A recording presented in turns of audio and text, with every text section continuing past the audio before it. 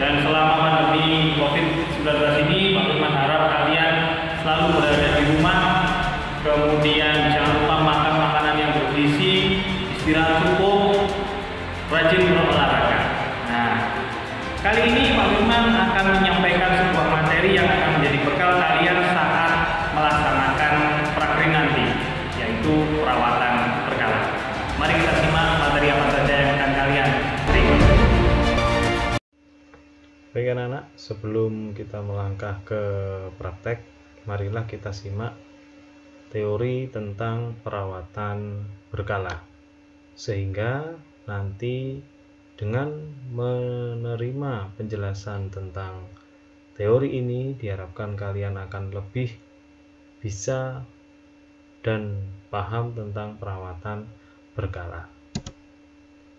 Tujuan pembelajaran dari materi perawatan berkala ini yaitu yang pertama, diharapkan kalian dapat dan mampu memahami perawatan berkala pada kendaraan sesuai dengan SOP yang benar. Yang kedua, yaitu diharapkan kalian dapat dan mampu melakukan perawatan berkala pada kendaraan sesuai dengan SOP yang benar. Tentunya hal ini sesuai dengan apa yang nanti akan kalian laksanakan, yaitu praktek kerja industri. Pengertian perawatan berkala yaitu perawatan atau servis berkala merupakan kegiatan merawat, menyetel, memperbaiki, mengencangkan, mengganti part-part pada kendaraan yang mengalami penurunan kinerja yang dilakukan dalam interval waktu tertentu secara berkala. Sedangkan tujuan perawatan berkala ada 5 poin. Yang pertama adalah kendaraan kita dapat terhindar dari masalah yang lebih besar yang mungkin dapat terjadi pada kemudian hari, sehingga dapat mengurangi risiko pengeluaran atau pembiayaan yang lebih besar. Yang kedua, yaitu umur kendaraan akan lebih panjang. Yang ketiga, kendaraan yang dirawat secara berkala akan terjaga performa kerjanya tetap dalam kondisi maksimal. Yang keempat, pelanggan atau customer dapat menikmati pengalaman pengendaraan yang ekonomis dan aman. Yang kelima, mengurangi risiko terjadinya hal-hal yang tidak diinginkan, misalnya macet, susah dinyalakan, dan lain sebagainya.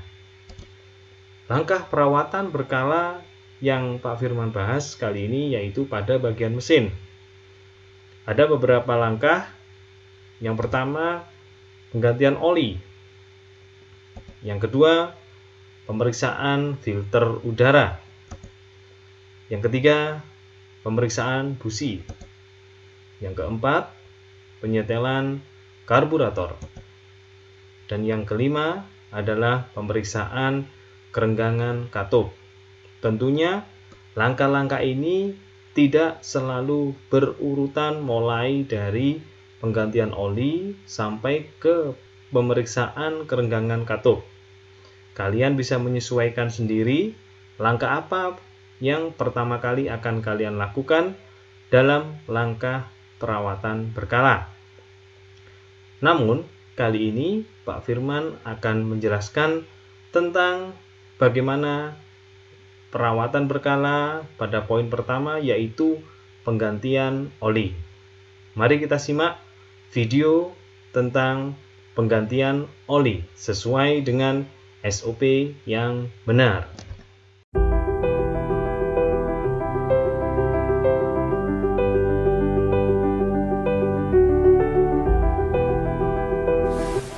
Baik anak-anak, yang pertama dalam perawatan berkala yang bisa anak-anak lakukan adalah proses penggantian sistem pelumasan pada kendaraan bermotor. Alat-alat apa saja yang perlu kita sediakan untuk melaksanakan penggantian oli? Mari kita simak. Anak-anakku sekalian, sebelum kita lakukan penggantian oli, kita harus persiapkan dulu peralatan yang akan kita gunakan. Antara lain, yang pertama adalah tang. Kali ini kita gunakan tang kombinasi. Kemudian mata sok yang kita gunakan kali ini adalah 14 mm ukurannya. Kemudian ratchet yang akan mempermudah dan mempercepat proses membuka dan mengencangkan baut. Kemudian majun untuk membersihkan peralatan. Kemudian nampan untuk peralatan. Nampan oli untuk tempat oli ketika nanti kita ganti. Kemudian gelas ukur dan corong yang akan membantu kita nanti ketika mengisi oli yang baru, dan gelas ukur ini nanti yang akan membantu kita menentukan jumlah oli yang akan kita masukkan. Selanjutnya adalah kunci momen. Kunci momen ini tidak kalah pentingnya anak-anak, karena dengan kunci momen ini kita bisa tentukan torsi maksimal dari baut pembuangan oli. Dan yang paling penting adalah oli baru yang akan kita isi ke kendaraan kita. Untuk oli yang baru kita lihat dulu spesifikasi kekentalan melalui SAE 20W50. Nah, tentunya ukuran kekentalan ditentukan oleh spesifikasi dari kendaraan tersebut. Oke, setelah kita siapkan peralatan, mari kita lakukan penggantian oli.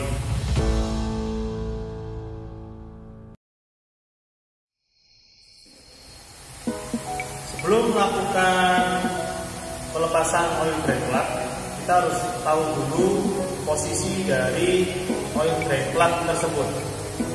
Untuk bisa clear, posisi oil drain plug berada di bagian bawah anak-anak. Nah, ada beberapa motor juga berada di samping, seperti contohnya berikut ini. Pada Yamaha Vega, posisi oil drain plug berada di samping.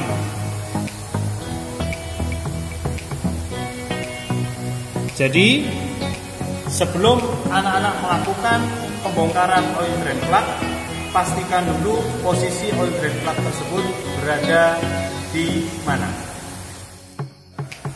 Setelah mengetahui posisi letak oil drain plug, maka kita bisa lakukan pelepasan baut oil drain plug tersebut. Kita siapkan nampan untuk oli, kemudian kita gunakan kunci sok untuk membuka oil drain plug.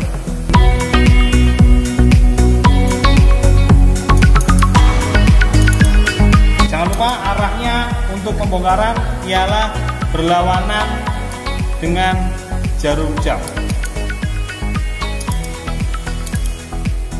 Ketika oil drain plug sudah kendor, kita bisa memutar dengan tangan kita. Dan hati-hati, ketika oil drain plug sudah lepas, maka oli akan langsung tumpah ke nampan yang sudah kita siapkan. Nah, kita bisa lihat olinya sudah berwarna hitam. Jadi dalam periode penggantian oli bisa kita lakukan setiap 2.500 km atau 2 bulan. Setelah dipastikan oli tidak ada lagi yang keluar, maka oil drain plug bisa kita pasang. Hati-hati anak-anak, jangan sampai saat memasang terjadi kemiringan. Jadi saat memasang diusahakan menggunakan tangan terlebih dahulu, baru kita menggunakan hand tool yang akan membantu kita nanti. Kita geser dulu untuk nampan olinya.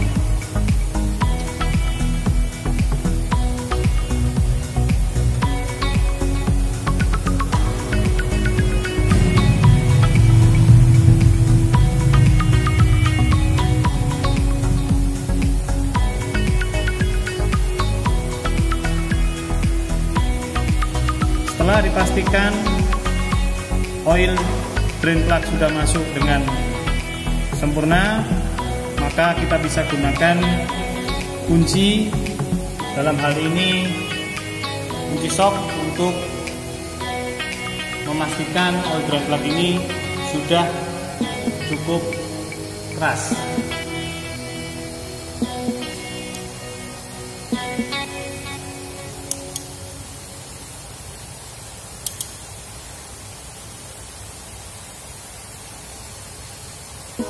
Setelah dipastikan cukup keras, maka kita bisa melepas kunci shock.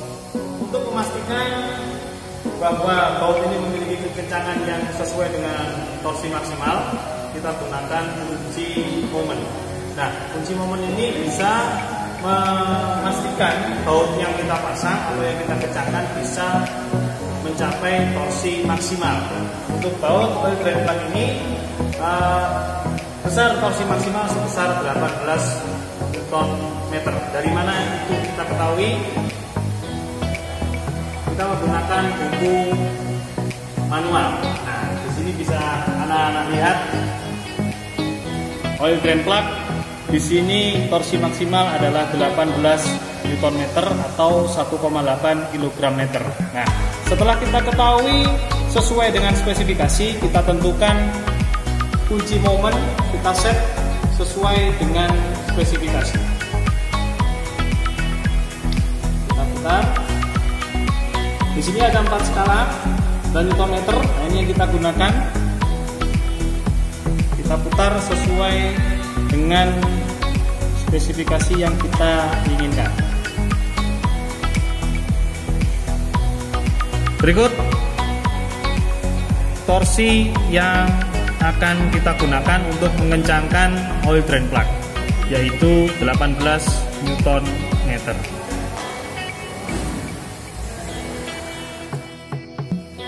Setelah kunci torsi kita set sesuai dengan kebutuhan kita pasang mata shock pada kunci torsi ini. Kita arahkan pada oil drain plug, kemudian kita putar sesuai dengan arah pengencangan, yaitu searah jarum jam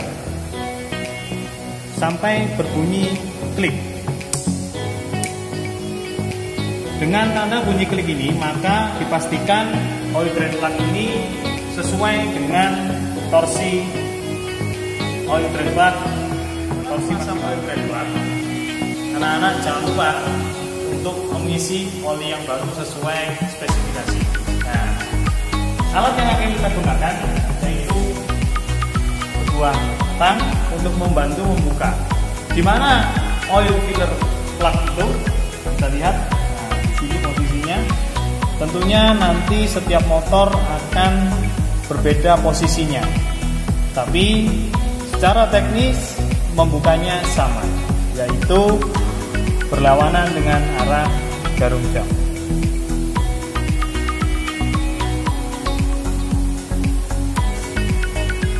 Setelah kendor, kita bisa buka dengan tangan.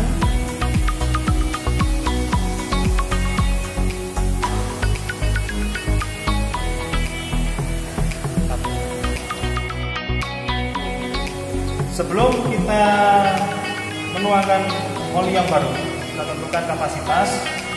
Di sini kita sesuai dengan kapasitas motor, yaitu 1 liter. Kita siapkan gelas ukur, kemudian oli yang baru dan corong.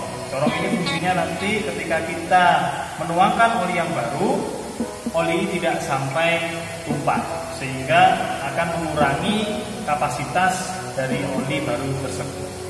Kita lihat di sini, jika anak-anak tidak mempunyai gelas ukur, maka di botol oli biasanya ada berupa tanda-tanda dari kapasitas oli tersebut. Nah, untuk oli jumlah 1 liter ini ada 4 buah tandanya, maka setiap tanda di sini menandakan bahwa jumlah oli tersebut 250 ml. Nah, oke, kita buka dulu olinya.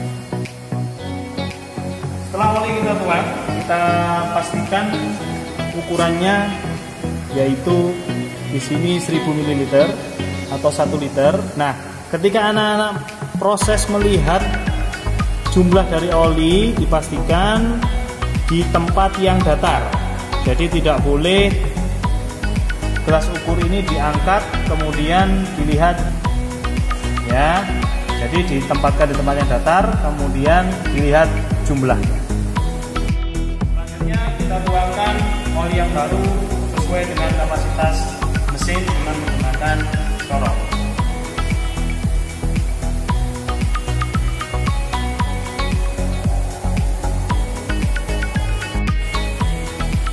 Setelah oli tertuang semua,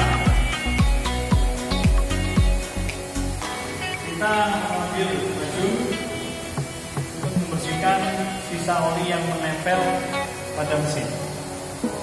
Dan jangan lupa kita tutup atau kita kembalikan oil filler plug dan kita kencangkan dengan bantuan tang kombinasi.